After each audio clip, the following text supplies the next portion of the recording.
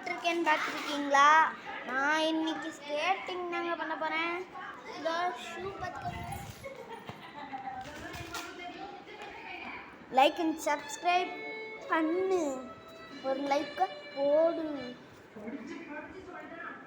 இங்கே பாருங்க, முக்கியமாக ஷேர் பண்ணு. இங்கே பாருங்க, நாங்கள் கஷ்டப்பட்டு வீடியோ போடுறோம், அதுக்கு நீங்கள் பண்ண வேண்டியது இருக்கு. லைக் ஓகே பண்ணிங்கனாலே போதும். இப்போ ஸ்கேட்டிங் பண்ணி வந்துட்டேன்.